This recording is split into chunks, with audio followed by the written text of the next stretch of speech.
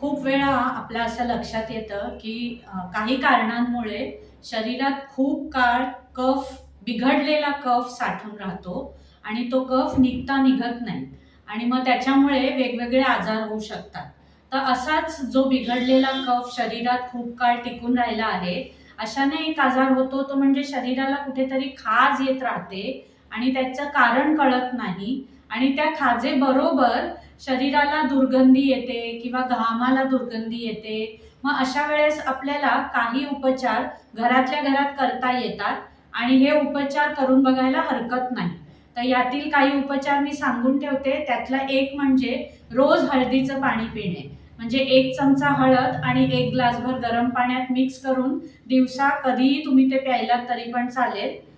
दुसरा उपचार म्हणजे शरीराला उटणे लावायचंय आणि उटणं लावून झाल्यानंतर अंघोळ करायची आहे. एक 10 मिनिटं तरी ते उटणं शरीरावर राहिलं पाहिजे आणि त्याच्यानंतर अंघोळ केलेली चालेल.